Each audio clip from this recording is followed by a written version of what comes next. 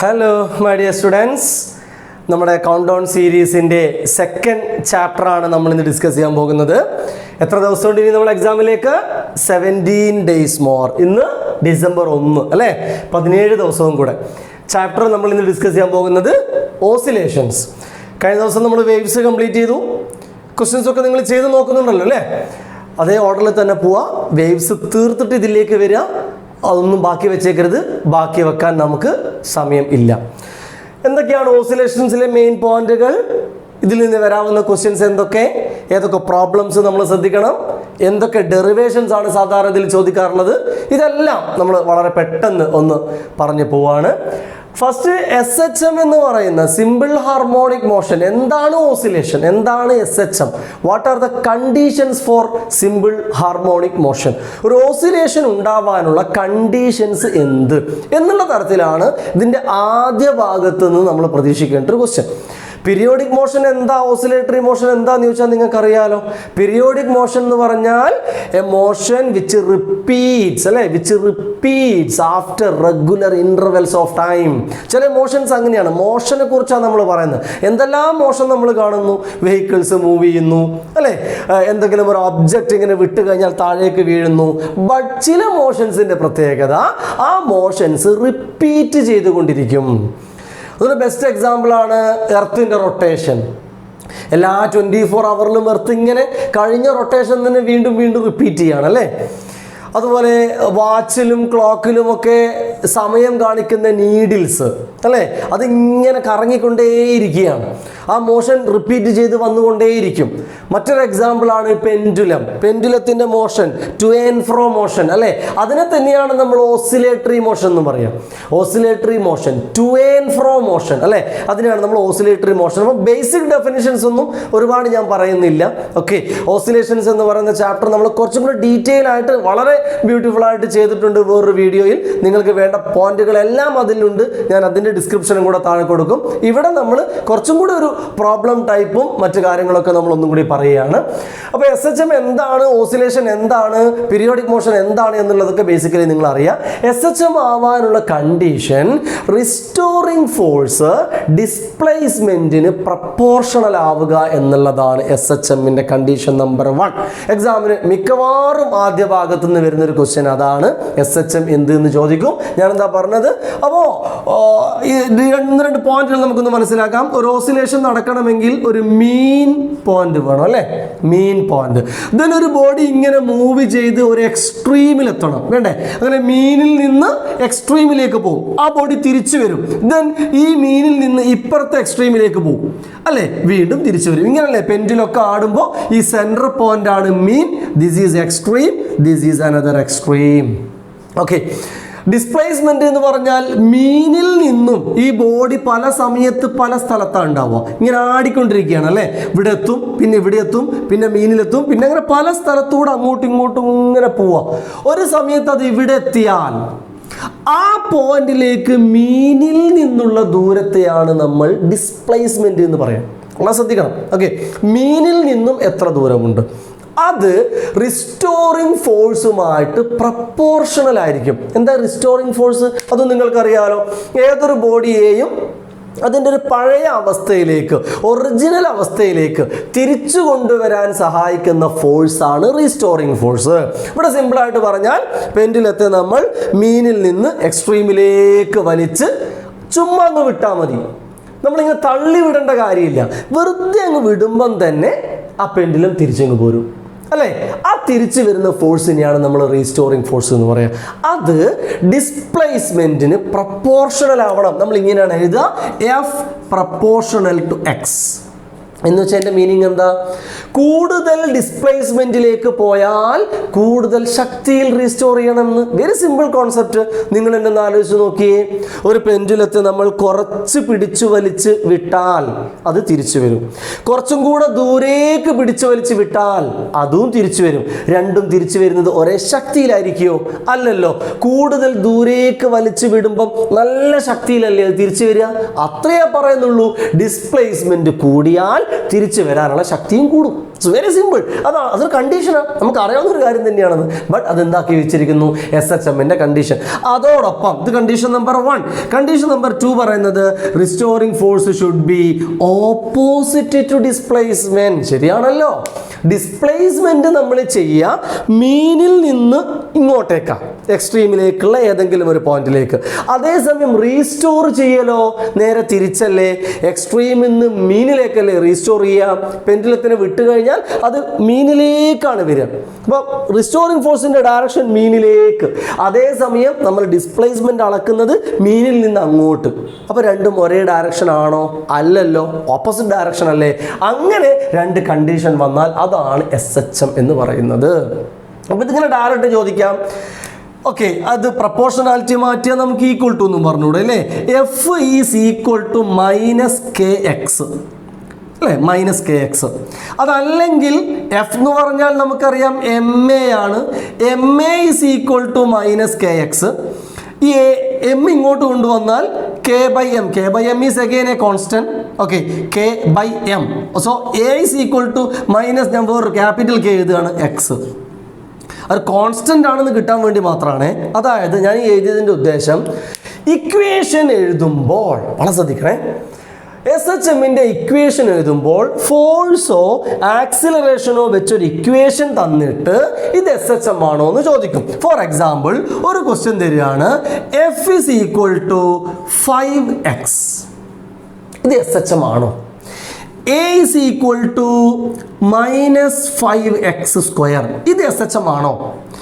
F is equal to -5x. ഇത് SHM ആണോ? A is equal to -x. ഇത് SHM ആണോ? ഇതാണ് ക്വസ്റ്റ്യൻ. മനസ്സിലായോ? എന്താ ആൻസർ പറ. ഇത് SHM അല്ല. എന്തുകൊണ്ടല്ല?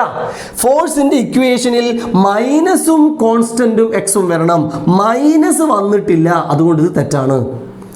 A is equal to -5x². ഇത് SHM അല്ല. എന്തുകൊണ്ടല്ല? എക്സ് എന്നേ പറഞ്ഞിട്ടുള്ളൂ, x² എന്ന് പറ്റൂല. അതൊക്കെയാണ് മൈന്യൂട്ട് പോയിന്റുകളാ.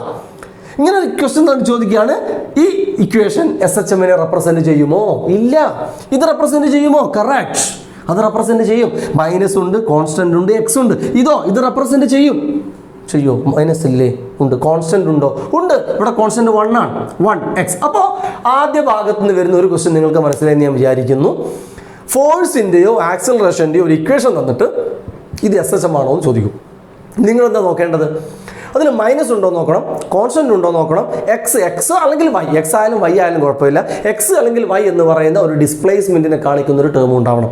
ഇത്രയും കറക്റ്റ് വന്നു കഴിഞ്ഞാൽ അപ്പോൾ x² എന്ന് പറ്റൂല, x³ എന്ന് പറ്റൂല, y² എന്ന് പറ്റൂല, x × y എന്ന് പറ്റൂല. ഉണ്ടോ? അങ്ങനെയൊന്നും വരരുത്. അപ്പോൾ അങ്ങനെയൊക്കെ വന്നു കഴിഞ്ഞാൽ പിന്നെ SHM ആവില്ല. അപ്പോൾ ഇതാണ് ഈ ഭാഗത്തെ ആദ്യത്തെ പോയിന്റ് ആയിട്ട് നമ്മൾ പഠിക്കേണ്ട ഒരു കാര്യം. ക്ലിയർ ആയോ?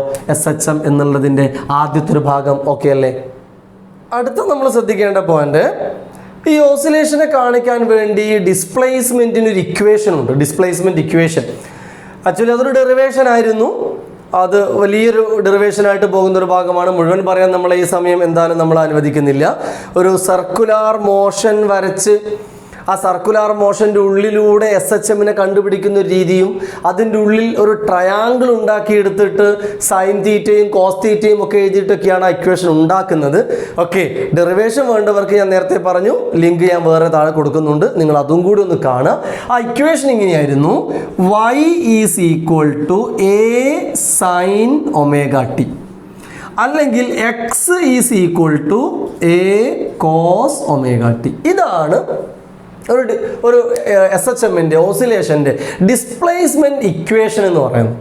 ഓക്കെ, ഒരു സൈൻ അല്ലെങ്കിൽ കോസ് ഫംഗ്ഷനാണ്. അതുകൊണ്ടോ ഓസിലേഷൻ ആണല്ലോ, ഇങ്ങനെ നടക്കുന്ന ഒരു സാധനമല്ലേ.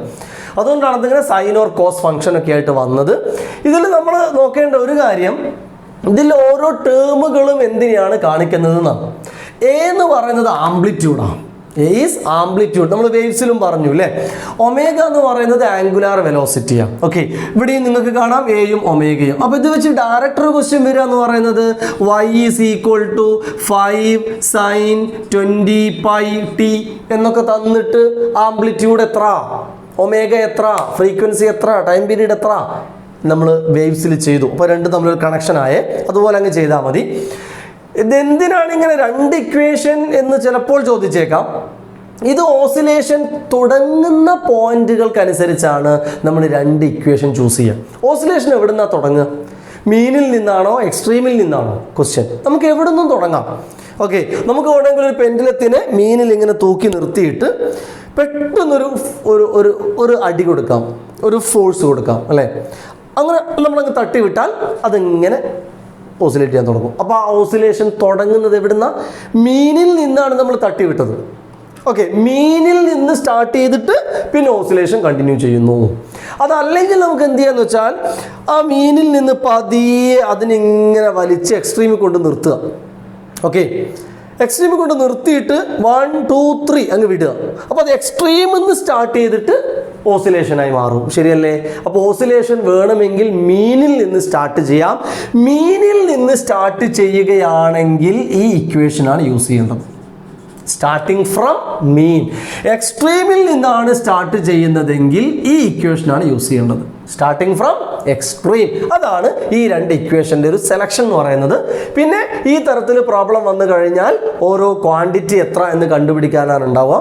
മറ്റൊന്ന്, ഡിസ്പ്ലേസ്മെന്റ് ഇക്വേഷൻ തന്നിട്ട് ഇത് SHM ആണോ ഓസിലേഷൻ ആണോ എന്ന് ചോദിക്കും. Like y is equal to 5 sin square 20 pi t. ഇങ്ങനെ വന്നാൽ അത് പിന്നെ ഓസിലേഷൻ അല്ല. കാരണം നമ്മൾ ഇക്വേഷനിൽ നമ്മൾ നേരത്തെ പറഞ്ഞു ഇക്വേഷൻസിനെല്ലാം ഒരു സ്റ്റാൻഡേർഡ് ഫോർമാറ്റ് ഉണ്ട് ഓരോന്നും കാണിക്കുമ്പോൾ. ആ സ്റ്റാൻഡേർഡ് ഫോർമാറ്റിൽ വരുമ്പോഴേ അതിനെ റെപ്രസെന്റ് ചെയ്യുന്ന കറക്റ്റ് ഇക്വേഷൻ എന്ന് പറയാൻ പറ്റുള്ളൂ. ഇവിടെ ഒരു ആംപ്ലിറ്റ്യൂഡ് ഉണ്ടാവണം, sine angle T. Sine square എന്ന് പറ്റൂല, സൈനും കോസും മിക്സ് ചെയ്ത് പറ്റൂല. സൈനിന്റെ തന്നെ കുറേ ടേം ഒരു ഇക്വേഷൻ ഇങ്ങനെ തരികയാണ്, y is equal to 5 sin 2t into sin 3t into sin 5t. ഇങ്ങനെ ഒന്നും തന്നാൽ ഇതിനെ നമുക്ക് എന്ത് പറയാൻ പറ്റില്ല? SHM എന്ന് പറയാൻ പറ്റില്ല. അപ്പോൾ SHM ആവണമെങ്കിൽ ഇതേ ഒരു ഫോർമാറ്റിൽ തന്നെ, അതിന് കോസിലാരും കുഴപ്പമില്ല. കോസും, പക്ഷെ കോസ് സ്ക്വയർ എന്ന് വരാൻ പറ്റൂല, കോസും സൈനും മിക്സ് ആവാൻ പറ്റൂല, കോസിന്റെ തന്നെ 2-3 ടേമുകൾ വരാൻ പറ്റൂല. ഓക്കെ, അപ്പൊ ഇങ്ങനെയാണ്. പക്ഷെ ഇതിൽ ഒരു സ്പെഷ്യൽ കേസ് ഉണ്ട്, എപ്പോഴും ചോദിക്കുന്നതാണ്. SHM ആണോ എന്ന് ചോദിച്ചുകൊണ്ട് വരുന്ന ഒരു ഇക്വേഷൻ ഞാനൊന്ന് കാണിച്ചു തരാം. പെട്ടെന്ന് കാണുമ്പോൾ നിങ്ങൾക്കത് SHM അല്ല എന്ന് തോന്നിപ്പോകും. ഇതാണ് equation. y is equal to a sin omega t plus cos omega t. പുറത്തായിക്കോട്ടെ, അല്ലെങ്കിൽ ഇങ്ങനെയാലും കുഴപ്പമില്ല. a sin omega t plus cos omega t. അപ്പം നമ്മൾ നേരത്തെ പറഞ്ഞ പ്രകാരം നോക്കുമ്പോൾ ഒറ്റയടിക്ക് നോക്കുമ്പോൾ നമുക്ക് തോന്നുകയാണ് സൈനും കോസും പ്ലസ് ചെയ്തിട്ടല്ലേ, അപ്പോൾ അതെങ്ങനെയാണ് ഓസിലേഷൻ ആവുക? ഒറ്റയടിക്ക് പറയുമ്പോൾ നമുക്ക് തോന്നുന്നുണ്ട്. ബട്ട് ഇതിനെ നമ്മളൊന്ന് ട്രിഗണോമെട്രിക്കലി മാറ്റി എഴുതിയാൽ ഇതൊരു സ്പെഷ്യൽ ടൈപ്പ്, ഒരു സ്പെഷ്യൽ കേസാണ് കേട്ടോ. അങ്ങനെ തന്നെ ഓർത്ത് വെക്കാം. ഒരു A+ ലെവലിലൊക്കെ ആകുമ്പോൾ ഇങ്ങനെ ക്വസ്റ്റ്യൻ തന്നിട്ട് ചോദിക്കും ഇത് SHM ആണോ അല്ലയോ, അല്ലെങ്കിൽ SHM ആണ് എന്ന് പ്രൂവ് ചെയ്യുക. എന്താ ചെയ്യാൻ പോകുന്നതെന്ന് വെച്ചാൽ ഞാൻ ഇതിനെ a ഉണ്ടായിക്കോട്ടെ, ഇവിടെ ഇതിനെ ഒരു √2 കൊണ്ട് മൾട്ടിപ്ലൈ ചെയ്യുന്നു. Then sine omega T into 1/√2 plus cos omega T into 1/√2. അങ്ങനെ ചെയ്താൽ ഈ സ്റ്റെപ്പിൽ നിന്ന് ഈ സ്റ്റെപ്പിലേക്ക് വന്നപ്പോൾ മാറ്റമൊന്നുമില്ലല്ലോ മൊത്തത്തിൽ നോക്കുമ്പോൾ. എന്താ മാറ്റമില്ലാത്ത? ഇവിടെ 1/√2 അതിനെ ക്യാൻസൽ ആക്കാൻ വേണ്ടി √2, ഈ √2 കൊണ്ട് ഉള്ളിലേക്ക് മൾട്ടിപ്ലൈ ചെയ്ത് കഴിഞ്ഞാൽ ഈ √2 കട്ടായി പോകില്ലേ, ഈ √2 കട്ടായി പോകില്ലേ. അപ്പോൾ ഇതേ ഇക്വേഷൻ തന്നെ കിട്ടില്ലേ. അപ്പോൾ ഇങ്ങനെ ഇതിനെ മാറ്റി എഴുതിയാൽ ഒരു കുഴപ്പമില്ലല്ലോ, ഒരു കുഴപ്പമില്ല. ഇത് തന്നെയാണ് ഈ കാണുന്നത്, എക്സാക്ട്ലി ഇതാണ് ഈ കാണുന്നത്. That is equal to a √2. ഇതിനാണ് ഇങ്ങനെ എഴുതുന്നു. ഇനി സൈൻ ഒമേഗ ടി ഇൻറ്റു ഈ 1/√2 ഞാൻ വിളിക്കുന്നു cos π/4. ശരിയല്ലേ? cos π/4 എന്ന് പറഞ്ഞാൽ 1/√2 അല്ലേ? Then cos omega T into ഈ 1/√2 ഞാൻ വിളിക്കുന്നു സൈൻ π/4. ആ സൈൻ π/4 1/√2 സൈൻ 45 1/√2, cos 45 1/√2. അപ്പോൾ ഒരു 1/√2ന്റെ സ്ഥാനത്ത് cos π/4 കൊടുത്തു, മറ്റേ 1/√2ന്റെ സ്ഥാനത്ത് സൈൻ π/4 കൊടുത്തു. ഒരു ട്രിക്കാണ്. That is equal to a √2 into ഇനിയിപ്പോൾ അതെന്താ ഈ ടേം?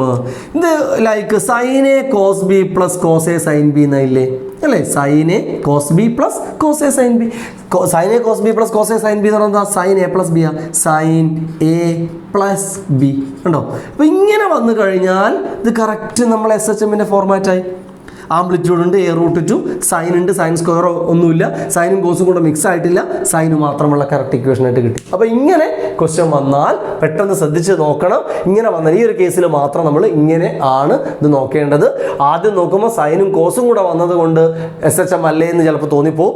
ഇങ്ങനെ എഴുതി വന്നാൽ മനസ്സിലാകും അത് കറക്റ്റ് SHM ആണ്. അപ്പോൾ ഇതാണ് ഇതിൻ്റെ ആ ഒരു ഡിസ്പ്ലേസ്മെൻറ്റ് ഇക്വേഷൻ എന്ന് പറയുന്ന ഭാഗത്ത് നമ്മൾ ശ്രദ്ധിക്കേണ്ട കാര്യങ്ങൾ. ഓക്കെ, അപ്പോൾ അതിൽ 2 പോയിന്റ് കഴിഞ്ഞ് SHM കഴിഞ്ഞു, ഡിസ്പ്ലേസ്മെന്റ് ഇക്വേഷനും കഴിഞ്ഞു. വെലോസിറ്റി ആൻഡ് ആക്സിലറേഷൻ അത് ചെറിയൊരു ഡെറിവേഷൻ ആണ്. ഡിസ്പ്ലേസ്മെന്റ് ഇക്വേഷൻ ഇങ്ങനെയാണ് നമ്മൾ കണ്ടു, y = a sin ωt. Okay, ഡിസ്പ്ലേസ്മെന്റിന് ഡെറിവേറ്റീവ് എടുത്താലാണ് വെലോസിറ്റി കിട്ടുക.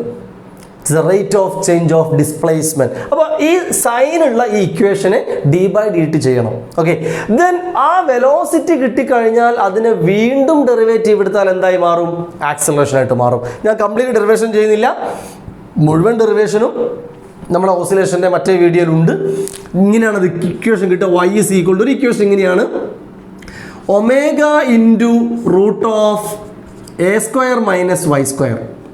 ഓക്കെ, y അല്ലേ, സോറി, വെലോസിറ്റി. ഓക്കെ, അതല്ലെങ്കിൽ വെലോസിറ്റി ഇങ്ങനെയും കിട്ടും, it's also equal to AΩ × cos ωt.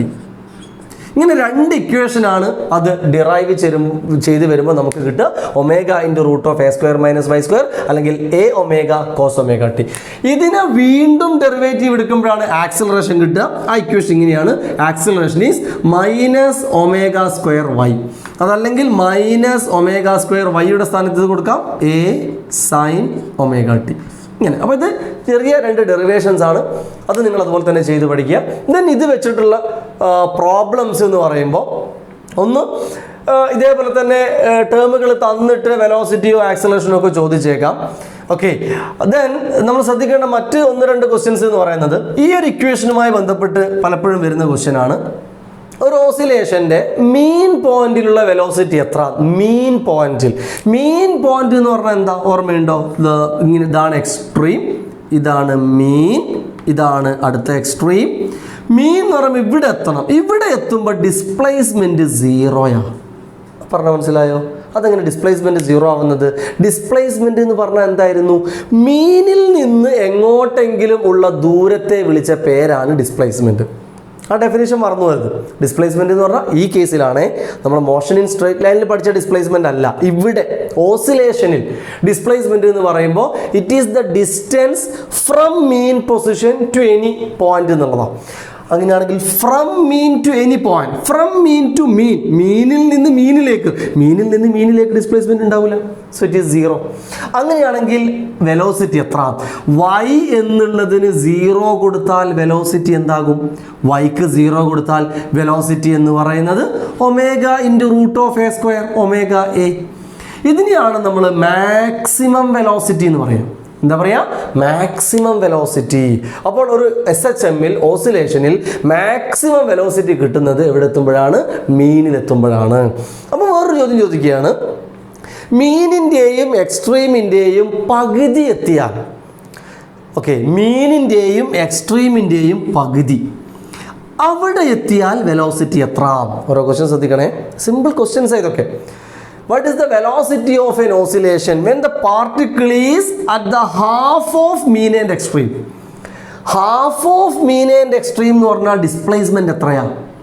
Displacement A/2 ആ. A എന്ന് പറഞ്ഞാൽ എന്തായിരുന്നു? ആംപ്ലിറ്റ്യൂഡ്. ആംപ്ലിറ്റ്യൂഡ് എന്ന് പറഞ്ഞാൽ ഇവിടുന്ന് ഇവിടത്തേക്കുള്ള ദൂരമാണ് ഈ ആംപ്ലിറ്റ്യൂഡ്, ഇവിടുന്ന് ഇവിടത്തേക്കുള്ള ദൂരം. അപ്പോൾ അതിൻ്റെ പകുതിയല്ലേ ഇത്? ഇവിടുന്ന് ഇവിടത്തേക്കുള്ള ദൂരത്തിൻ്റെ പകുതിയല്ലേ ഇത്? അപ്പോൾ ആംപ്ലിറ്റ്യൂഡിൻ്റെ പകുതി A/2. അപ്പോൾ y എന്നത് A/2 ആകുമ്പോൾ വെലോസിറ്റി എന്ത് എന്ന്. അപ്പോൾ ഇവിടെ yക്ക് A/2 കൊടുത്താൽ മതി. Very simple. ഞാൻ ഇവിടെ ഇത് കാണിച്ചു തരാം, നോക്കിക്കോളെ. V = ω × √(a² - y²) സ്ഥാനത്ത് A/2². A/2² എന്ന് പറയുമ്പോൾ ω × √(a² - a²/4. അപ്പോൾ ഇതിങ്ങനെ എടുക്കുക, 4a² - a², 3a²/4. So ω × √3a²/4. അല്ലെങ്കിൽ A² 4 ഒക്കെ നമുക്ക് റൂട്ടിൻ്റെ പുറത്തെടുത്താൽ √3 മാത്രം അവിടെ നിർത്താം. A² പുറത്ത് വരുമ്പോൾ A ആവും, 4 പുറത്ത് വരുമ്പോൾ 2 ആവും. ഇങ്ങനെയൊക്കെ ഇതുമായി ബന്ധപ്പെട്ടുള്ള ചില ക്വസ്റ്റ്യൻസ് ഇങ്ങനെയാണ് ഉണ്ടാവുക എന്ന് മനസ്സിലാക്കുക. ഓക്കെ, അപ്പോൾ അതാണ് വെലോസിറ്റി ആക്സലറേഷൻ ഇക്വേഷൻസ്. ചെറിയ ഡെറിവേഷൻസും കൂടിയാണിത്. ഡെറിവേഷനും കൂടെ പഠിച്ചുകൊണ്ട് പോകണം. ഡെറിവേഷൻ നിങ്ങൾ മറ്റേ വീഡിയോയും കൂടെ ഒന്ന് റെഫർ ചെയ്യണം. ഓക്കെ, അടുത്തൊരു പോയിന്റായിട്ട് ഞാൻ എഴുതിയിരിക്കുന്നത് ഗ്രാഫാണ്. അപ്പോൾ വെലോസിറ്റി ആൻഡ് ആക്സലറേഷൻ കഴിഞ്ഞു. ക്ലിയർ അല്ലേ? ഗ്രാഫ് വരയ്ക്കുക എന്നുള്ളതാണ്. ഡിസ്പ്ലേസ്മെൻറ്റിനെയും വെലോസിറ്റിയെയും ആക്സലറേഷനെയും ഗ്രാഫ് ഉപയോഗിച്ച് വരച്ച് കാണിക്കുക. ടെക്സ്റ്റ് ബുക്കിൽ ഡയറക്റ്റ് ആ ഗ്രാഫ് ഉണ്ട്. നിങ്ങൾ ടെക്സ്റ്റ് ബുക്കും കൂടെ നോക്കണം. ഒരു അരമണിക്കൂർ കൊണ്ട് അല്ലെങ്കിൽ 40 മിനിറ്റ് കൊണ്ട് നമ്മളൊരു വീഡിയോ ചെയ്യുമ്പോൾ നിങ്ങൾക്കറിയാലോ അതിൽ ഏറ്റവും ഇമ്പോർട്ടൻ്റ് ആയിട്ടുള്ള സാധനങ്ങളാണ് ഞാൻ പറയാൻ നോക്കുന്നത്. അതോടൊപ്പം നിങ്ങളും ഒരു ഹാർഡ് വർക്കിംഗ് മൂഡിലേക്ക് വരണം. ടെക്സ്റ്റ് ബുക്ക് ഒന്ന് നോക്കണം. നിങ്ങൾ കഴിഞ്ഞ വർഷത്തെ നോട്ട്സൊക്കെ കയ്യിലുണ്ടെങ്കിൽ നോട്ട്സ് ഒന്ന് എടുത്ത് നോക്കണം. അതോടൊപ്പമൊക്കെ ഞാൻ പറയുന്നു, ഇതെല്ലാം ഞാൻ കുറേ ഡീറ്റെയിൽ ആയിട്ട് ഓസിലേഷൻസ് എന്ന് പറയുന്ന മറ്റേ വീഡിയോയിൽ ചെയ്തിട്ടുണ്ട്. പ്രോബ്ലംസ് അതിൽ ചെയ്തിട്ടുണ്ട്. അതും കൂടെ നിങ്ങൾ ചേർത്ത് കാണുക. ഇത് മാത്രം കണ്ട് നിർത്തിയേക്കരുത്, കേട്ടല്ലോ? ഓക്കെ, അപ്പോൾ ഗ്രാഫ് നിങ്ങൾ അങ്ങനെ നോക്കുക. Kinetic energy and potential energy equations ആണ് പിന്നെയുള്ളത്. ചെറിയ ഡെറിവേഷൻസ് ആണ്. കൈനറ്റിക് എനർജി എന്ന് പറയുന്നത് ½ എന്നാണ്. അതിൽ വി ഓൾറെഡി നമ്മൾ നേരത്തെ പറഞ്ഞു, ഒമേഗ ഇൻറ്റു √(a² - y²). അത് എന്തായിരുന്നു? വെലോസിറ്റി. നമ്മുടെ velocity omega into √(a² - y²). ഇതിനെ സ്ക്വയർ എടുക്കണം അല്ലേ? വി സ്ക്വയർ ആവാൻ വേണ്ടി വിയുടെ സ്ക്വയർ. അപ്പോൾ ഇത് മൊത്തം സ്ക്വയർ എടുക്കുമ്പോൾ എങ്ങനെ ഉണ്ടാവും? ½ ω² അല്ലേ? ½ എഴുതി ω² ഇൻറ്റു ഈ റൂട്ട് അങ്ങ് പോവും (a² - y²). ഉണ്ടോ? ഇതായിരിക്കും കൈനറ്റിക് എനർജി.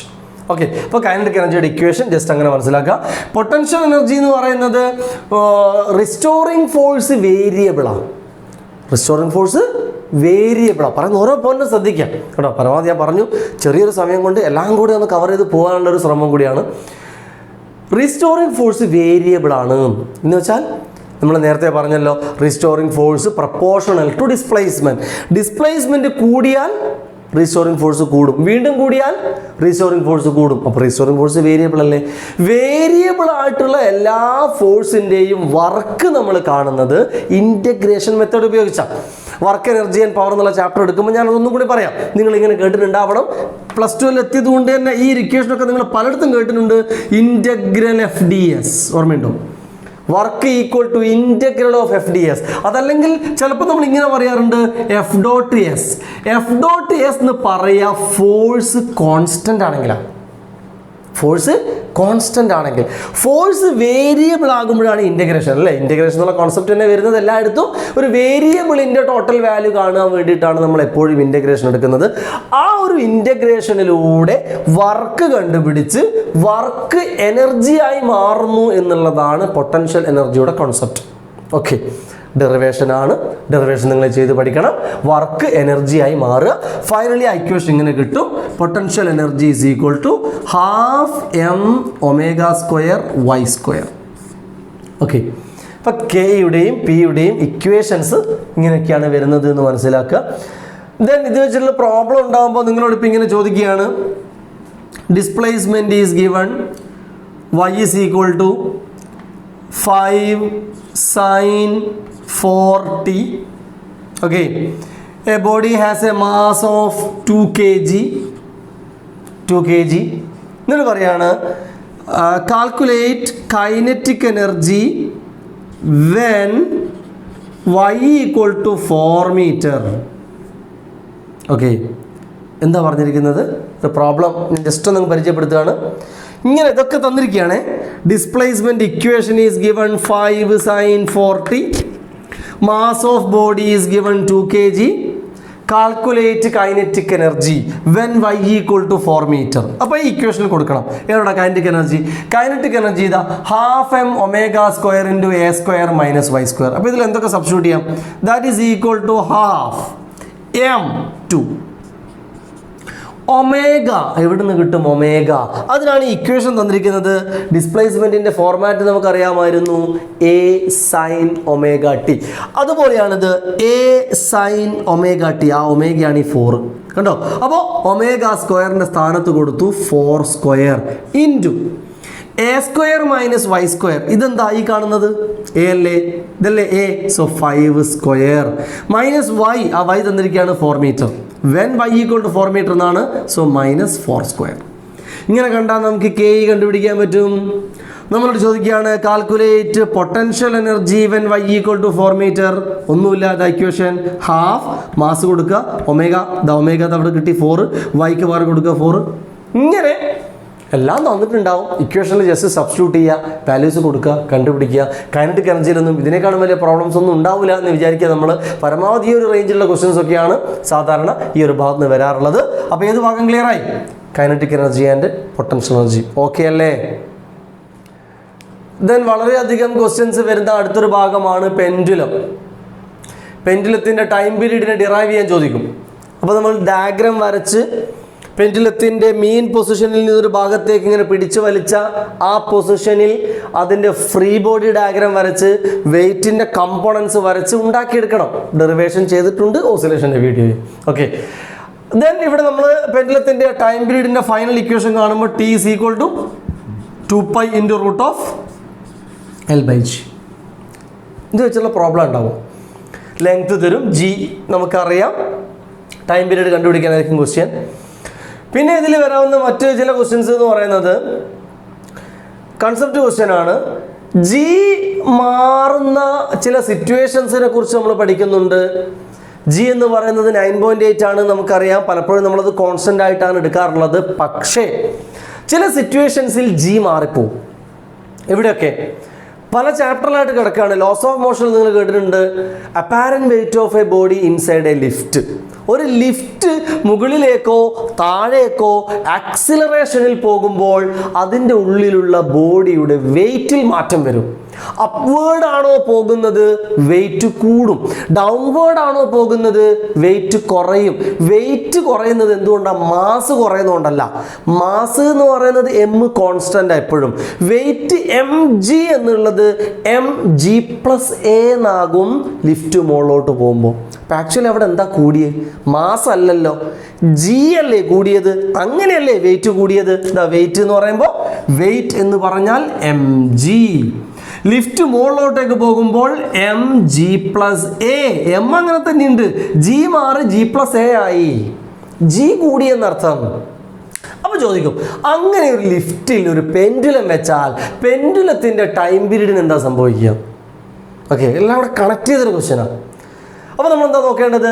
പെൻഡുലത്തിൻ്റെ ടൈം പീരീഡ് ഇങ്ങനെയാണ്. റെഡി? ലിഫ്റ്റ് മുകളിലോട്ട് പോകുമ്പോൾ G എന്നുള്ളത് g+a ആകും. അതായത് G കൂടും. G ഇവിടെ കിടക്കുന്നത് ഡിനോമിനേറ്ററിലാണ്. ഡിനോമിനേറ്ററിലെ G കൂടിയാൽ ടൈം പീരീഡ് കുറയും. മനസ്സിലായോ? അപ്പോൾ ലിഫ്റ്റ് താഴോട്ടാണെങ്കിലോ? ലിഫ്റ്റ് താഴോട്ടാണെങ്കിൽ ഇത് G- എന്നാണ്. എന്നുവെച്ചാൽ G കുറഞ്ഞു. ഡിനോമിനേറ്ററിലെ G കുറഞ്ഞാൽ ടൈം പീരീഡ് കൂടും. ലിഫ്റ്റ് ഫ്രീ ഫോൾ ആണെങ്കിലോ? ലിഫ്റ്റ് ഫ്രീ ഫോൾ ആകുമ്പോൾ വെയിറ്റ് 0 ആണ്. വെയിറ്റ് 0 എന്ന് പറഞ്ഞാൽ G0 എന്നർത്ഥം. ഓക്കെ, G0 വന്നാൽ ഡിനോമിനേറ്ററിൽ 0, അപ്പോൾ ടൈം പീരീഡ് ഇൻഫിനിറ്റി ആവും. ഇങ്ങനെ ജിയുടെ മാറ്റങ്ങൾ നോക്കിയിട്ട് ചിലപ്പോഴേക്കും സാറ്റലൈറ്റിൻ്റെ ഉള്ളിൽ ഒരു പെൻഡുലം വെച്ചാൽ അതിൻ്റെ ടൈം പീരീഡ് എന്താ? സാറ്റലൈറ്റിൻ്റെ ഉള്ളിൽ വെയ്റ്റ്ലെസ് എന്ന് പറയുന്നൊരു പ്രോപ്പർട്ടി ഉണ്ട്. വെയ്റ്റ്ലെസ്നെസ്, വെയിറ്റ് ഇല്ല, ഭാരമില്ലായ്മ. G0 ആണ് സാറ്റലൈറ്റിൻ്റെ ഉള്ളിൽ. അതുകൊണ്ട് തന്നെ G0 ആകുമ്പോൾ ടൈം പീരീഡ് ഇൻഫിനിറ്റി ആയി മാറും. അപ്പോൾ ജിയുടെ മാറ്റത്തെക്കുറിച്ച് ചോദിച്ചുകൊണ്ടുള്ള അങ്ങനത്തെ കാര്യങ്ങൾ ചോദിച്ചാൽ, വലിയൊരു മൗണ്ടെയിൻ്റെ മുകളിലേക്ക് നമ്മളൊരു പെൻഡുലത്തെ കൊണ്ടുപോയാൽ, അപ്പോൾ നമ്മൾ ഗ്രാവിറ്റേഷൻ എന്ന ചാപ്റ്ററാണ് ഓർക്കേണ്ടത്. ഗ്രാവിറ്റേഷനിൽ പഠിക്കുന്നുണ്ട്, ഹൈറ്റ് വല്ലാതെ കൂടുമ്പോൾ G കുറയും. അപ്പോൾ G കുറയും. വലിയ ഹൈറ്റിലേക്ക് പോകുമ്പോൾ G കുറയും. G കുറഞ്ഞാൽ ടൈം പീരീഡ് കൂടും. അപ്പോൾ മൗണ്ട് എവറസ്റ്റിൻ്റെ മുകളിൽ ഒരു പെൻഡുലം വെച്ചാൽ ടൈം പീരീഡ് കുറയും നമ്മൾ പറയേണ്ടത്. G കുറയുന്ന പറയേണ്ടത്. അപ്പോൾ ടൈം പീരീഡ് കൂടുന്ന പറയേണ്ടത്. G കുറയും, ടൈം പീരീഡ് കൂടും. വലിയ ഒരു കുഴി കുഴിച്ചിട്ട് അതിൻ്റെ ഉള്ളിലേക്ക് പോയാലോ അപ്പോഴും G കുറയും. G മുകളിലോട്ട് പോകുമ്പോഴും കുറയും, താഴോട്ട് പോകുമ്പോഴും കുറയും. G 9.8 എന്നുള്ള വാല്യൂ കിട്ടുക സർഫേസിലാണ്, എർത്തിൻ്റെ സർഫേസിൽ. ഒരുപാട് മുകളിൽ പോയാൽ 9.8നേക്കാളും കുറയും. ഒരുപാട് ഭൂമിക്ക് അടിയിലേക്ക് കുഴിച്ചു പോയാൽ അപ്പോഴും അത് 9.8നേക്കാളും കുറയും. അപ്പോൾ ആ സിറ്റുവേഷനിലൊക്കെ G കുറയും, ടൈം പീരീഡ് കൂടും. ഓക്കെ, അപ്പോൾ ഇങ്ങനെ ജിയുമായി ബന്ധപ്പെട്ട കാര്യങ്ങൾ ചോദിക്കാം. സെക്കൻഡ്സ് പെൻഡുലം എന്നൊരു പോയിന്റ് ഉണ്ട്. സെക്കൻഡ്സ് പെൻഡുലം എന്ന് പറഞ്ഞാൽ ടൈം പീരീഡ് 2 സെക്കൻഡ് എന്നാണ് അർത്ഥം അല്ലേ. ടൈം പീരീഡ് എന്താ? 2 സെക്കൻഡ്. അത് ഓർത്ത് വെച്ചേക്കാം. ടൈം പീരീഡ് 2 സെക്കൻഡ് ആകുമ്പോഴുള്ള പെൻഡുലമാണത്. ഓക്കെ, അപ്പോൾ അത്രയൊക്കെയാണ് പെൻഡുലത്തെ കുറിച്ച് പറയാനുള്ള കാര്യങ്ങൾ. ദെൻ സ്പ്രിങ്ങുമായി ബന്ധപ്പെട്ട ഓസിലേഷൻ പറയുമ്പോൾ ഒരു സ്പ്രിങ്ങിൽ മാസ് കണക്ട് ചെയ്തിട്ട് ഇങ്ങനെ വലിച്ചു വിടുക. സ്പ്രിങ്ങിൻ്റെ ഈ അറ്റം ചുമരിൽ കണക്ട് ചെയ്തിട്ടുണ്ടാവും. ഇവിടെ മാസ് പിടിച്ചു വലിച്ച് വിട്ടാൽ ഇതിങ്ങനെ ഓസിലേറ്റ് ചെയ്യും. ഓക്കെ, ഓസിലേറ്റ് ചെയ്യും. ആ ഓസിലേഷന് ടൈം പീരീഡ് ഉണ്ട്. ആ ടൈം പീരീഡിൻ്റെ ഇക്വേഷൻ ഇങ്ങനെയാണ്: T is equal to 2π into root of m divided by k. m/k. m എന്ന് പറയുന്നത് ഈ കണക്ട് ചെയ്തിരിക്കുന്ന മാസാണ്. k എന്ന് പറയുന്നത് സ്പ്രിങ്ങിൻ്റെ സ്പ്രിങ് കോൺസ്റ്റൻ്റ് ആണ്. Spring constant. അപ്പോൾ 2π into root of m/k. അപ്പോൾ ഇവിടെ മാസും കെയും ഒക്കെ തന്നിട്ട് ടൈം പീരീഡ് ചോദിക്കും.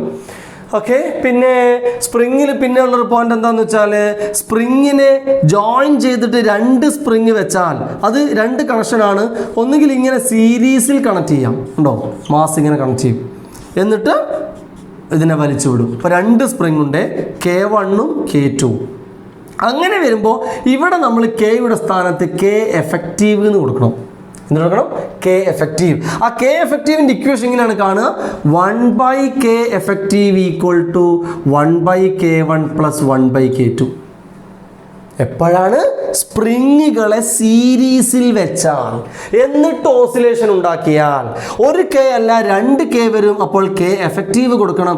കെ എഫക്റ്റീവ് കാണാൻ 1/k effective equal to 1/K1 plus 1/K2 ഉപയോഗിച്ച് കെ എഫക്റ്റീവ് കാണുക, അതിവിടെ കൊടുക്കുക. ഇനി സ്പ്രിങ്ങിനെ പാരലലായിട്ട് കണക്ട് ചെയ്യാം. അതിൻ്റെ ഡയഗ്രാം ഇങ്ങനെ ഉണ്ടാവുക: ഒരു സ്പ്രിങ് ഇങ്ങനെ വെക്കുന്നു, അടുത്ത സ്പ്രിങ് ഇങ്ങനെ വെക്കുന്നു, എന്നിട്ട് മാസ് കണക്ട് ചെയ്തിട്ട് പിടിച്ച് വലിച്ചു വിടുന്നു. ഉണ്ടോ ചിത്രത്തിലെ വ്യത്യാസം കണ്ടോ? ഇതാണ് സീരീസ്, ഇതാണ് പാരലൽ.